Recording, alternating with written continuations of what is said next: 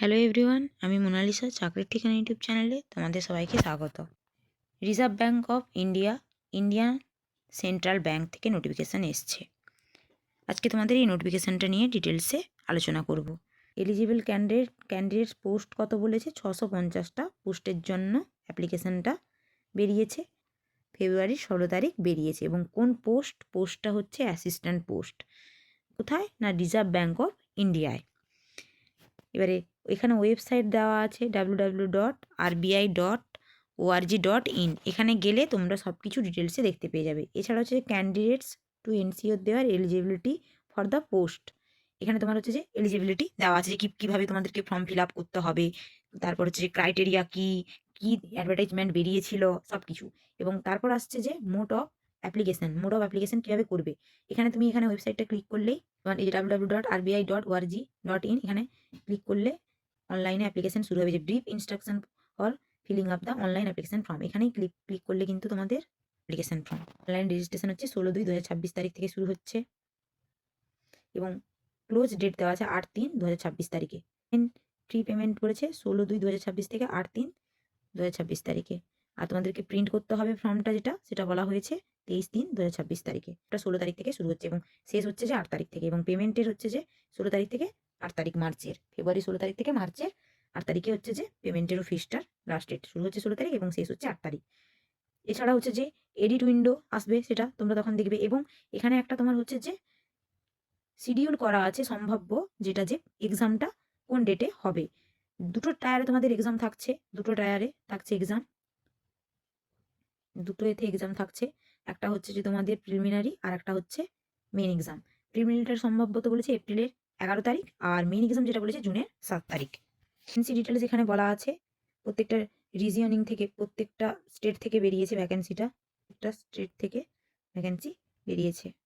Ahmedabad, Bangalore, Bhopal, Bhubaneswar, Chandigarh, Chennai, Guwahati, Hyderabad, Jaipur, Jammu, Kanpur, Lucknow, Kolkata, Mumbai, Nagpur, new Delhi, Patna, Thiruvananthapuram সবগুলো থেকেই এসছে। SC ST OBC EWS general total, এছাড়া পিডাব্লিউ পিডি ইএক্সএস প্রত্যেকটার এসছে। মোট হচ্ছে যে তোমার সিট সংখ্যা সব মিলিয়ে হচ্ছে 650। তার মধ্যে এসসি আছে, এসটি ওবিসি ডাব্লিউএস সব কিছু মিলিয়ে 650টা পোস্টের হচ্ছে নোটিফিকেশান আউট হয়েছে। এলিজিবিলিটি ক্রাইটেরিয়া যেটা দেওয়া আছে যে এখানে তোমার হচ্ছে ইন্ডিয়ান সিটিজেন হতে হবে। আর এর তারপর দেখবো সব থেকে যেটা ইম্পর্টেন্ট হচ্ছে সেটা হচ্ছে এজটা আমরা দেখে নিব। এখানে বলা আছে 20 থেকে 28 ইয়ার্স কিন্তু এজটা হতে হবে।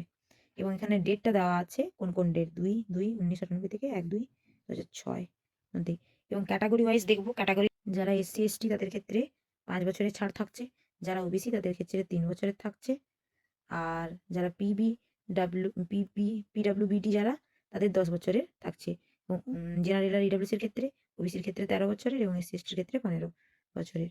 এছাড়া ডিভোর্সি, তারপর হচ্ছে বিধবা, তাদের ক্ষেত্রে 35 ইয়ার্স আপ টু।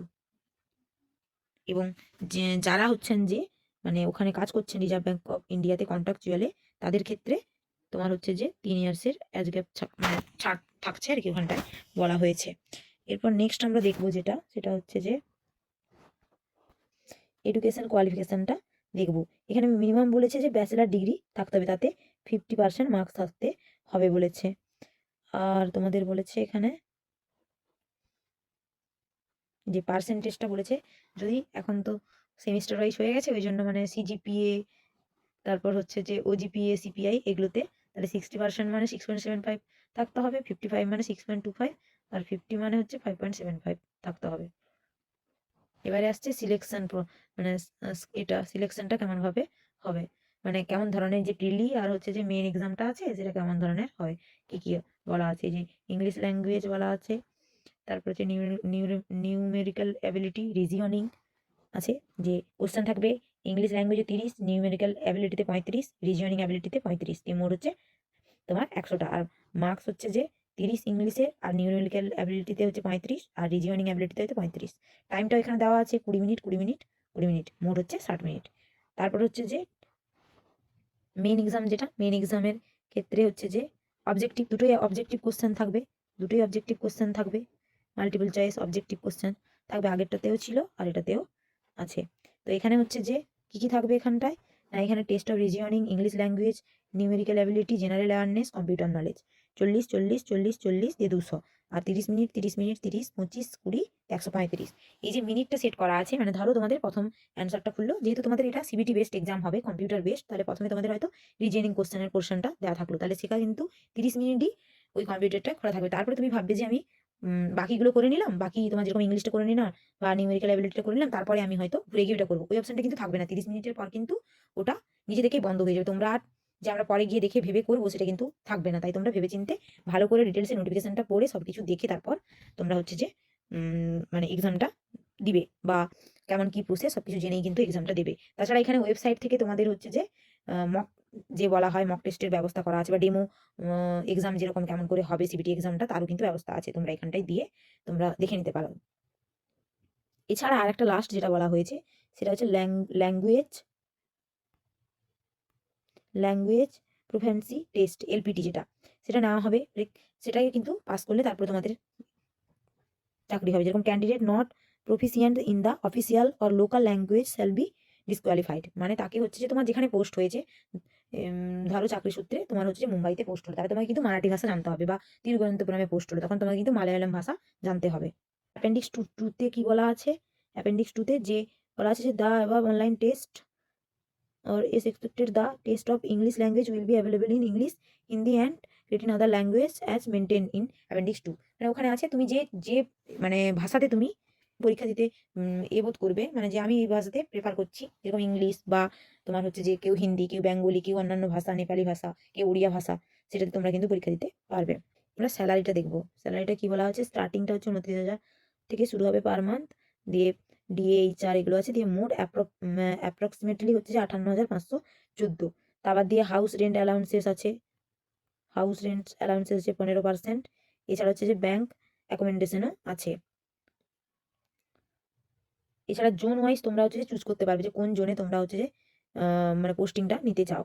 যেরকম ইস্ট জোনে কি কি পড়ছে? Kolkata including Gangtok, Bhubaneswar, Guwahati including Shillong, Agartala, Imphal, Itanagar, Aizawl, Kohima, Patna including Ranchi, এগুলো।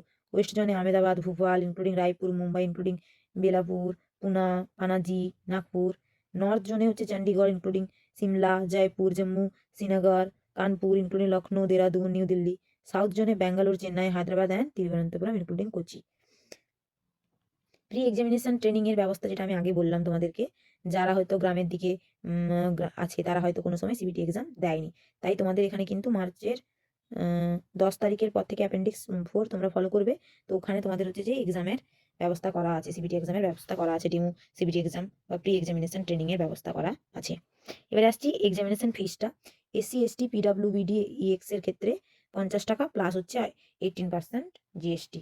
জেনারেল ওবিসি ইডাব্লিউএস এর ক্ষেত্রে 450 টাকা প্লাস হচ্ছে 18% জিএসটি। আর স্টাফের ক্ষেত্রে হচ্ছে যে কোনো থাকছে না, নীল বলা আছে, কারণ ওখানে যারা কন্ট্রাকচুয়াল পোস্টে চাকরি করছে তাদের ক্ষেত্রে কিন্তু, মানে আরবিআইতে যারা করছে ওদের ক্ষেত্রে কিন্তু কোনো তোমার হচ্ছে ফিস থাকছে না। তোমাদের যে মানে ক্যাটাগরি থেকে যাবে তোমরা, কাস্ট ক্যাটাগরি থেকে, এসসি এসটি ওবিসি, তাদের ক্ষেত্রে কিন্তু প্রত্যেকটার কাস্ট সার্টিফিকেট লাগবে। এবং ওবিসির ক্ষেত্রে এখন একটা নতুন হয়েছে যে নন ক্রিমিনালি লেয়ারলেস, সেটা কিন্তু তোমাদেরকে বের করে ফর্ম ফিল আপ করতে হবে। শুধু ওবিসি সার্টিফিকেট দেখালে কিন্তু ওরা ওখান থেকে রিজেকশন করে দেবে। এনসিএলটাও তোমাদের কিন্তু বের করে ওটা দেখাতে হবে। তোমাদের যদি কোনো অসুবিধা থেকে থাকে তাহলে তোমরা গিয়ে এই ওয়েবসাইটে দেখে নিতে পারো। যারা এক্স সার্ভিসম্যান আছেন, মানে যারা ডিফেন্সে কাজ করেন, তাদের ক্ষেত্রে কিন্তু কোনো ফিস বা চার্জ ওগুলো কিন্তু লাগছে না। দেখা হচ্ছে নেক্সট ভিডিওতে। আমার চ্যানেলকে সাবস্ক্রাইব করতে ভুলো না, কমেন্ট শেয়ার করতেও ভুলো না।